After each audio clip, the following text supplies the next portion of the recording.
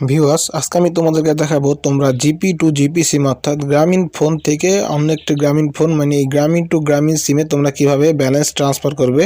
আজকে আমি তোমাকে সেই প্রসেসটি দেখে দিব। অর্থাৎ তোমাদের একটি দেখা গেছে তোমার একটি সিমের টাকা আছে গ্রামীণ, এখন তোমার অপরটিতে লাগবে, তো তুমি সেই সিমের টাকা থেকে ওই জিপি সিমে কীভাবে ট্রান্সফার করতে পারো আজকে আমি তোমাকে সেই মেথডটি দেখে দেবো। তো সেজন্য তোমাকে প্রথমে যেতে হবে তোমাদের মাইজিপি অ্যাপটিতে।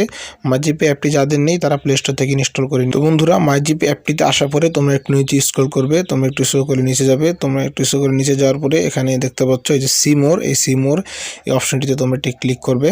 এরপরে একেবারে উপরে দেখতে পাচ্ছ তোমরা যে ব্যালেন্স ট্রান্সফার, এই ব্যালেন্স ট্রান্সফার অপশনটিতে ক্লিক করবে। বন্ধুরা, এই ব্যালেন্স ট্রান্সফার অপশনটিতে ক্লিক করার পরে এখানে তোমাদেরকে উপরে দেওয়া আছে ইন্টার রিসিপিয়েন্ট নাম্বার। তোমরা যে নাম্বারটিতে ব্যালেন্সটা অর্থাৎ ট্রান্সফার করতে চাও তুমি এখানে সেই নাম্বারটিকে টাইপ করে নেবে। তো বন্ধুরা, তোমরা দেখতে পাচ্ছ আমি কিন্তু ইন্টার রিসিপিয়েন্ট নাম্বারে আমি যে নাম্বারে ব্যালেন্সটি ট্রান্সফার করবো আমি সেই নাম্বারটি উপরে টাইপ করে নিলাম। এরপরে আমি কত টাকা ট্রান্সফার করতে চাই সেই অ্যামাউন্টটি, মানে আমি 30 টাকা ট্রান্সফার করতে চাচ্ছি সেই নাম্বারটিতে আমি সেই অ্যামাউন্টটি এখানে টাইপ করে নিচ্ছি।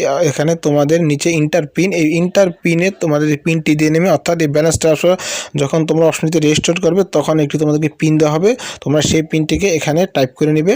এরপরে বন্ধুরা ট্রান্সফার অপশনটিতে ক্লিক করবে। উপরে নিচে দেখতে পাচ্ছ ট্রান্সফার, এই ট্রান্সফার অপশনটিতে ক্লিক করবে। নিচে দেখতে পাচ্ছ ট্রানজাকশন সাকসেস। বন্ধুরা, তোমরা দেখতে পাচ্ছ যে উপরে আমার একটি মেসেজ চলে এসেছে, লেখা আছে ইউ হ্যাভ ট্রান্সফার 30 BDT, অর্থাৎ আমার ব্যালেন্সটি কিন্তু ট্রান্সফার হয়ে গেছে আমি যে নাম্বারটিতে করেছি সেই নাম্বারে।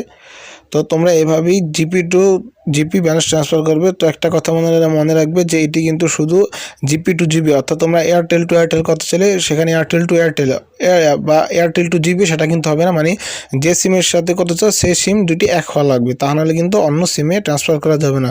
তো ভিডিওটি এই পর্যন্তই, ভালো লাগলে লাইক কমেন্ট এবং সাবস্ক্রাইব করে দিও। ভিডিওটি দেখার জন্য ধন্যবাদ সবাই।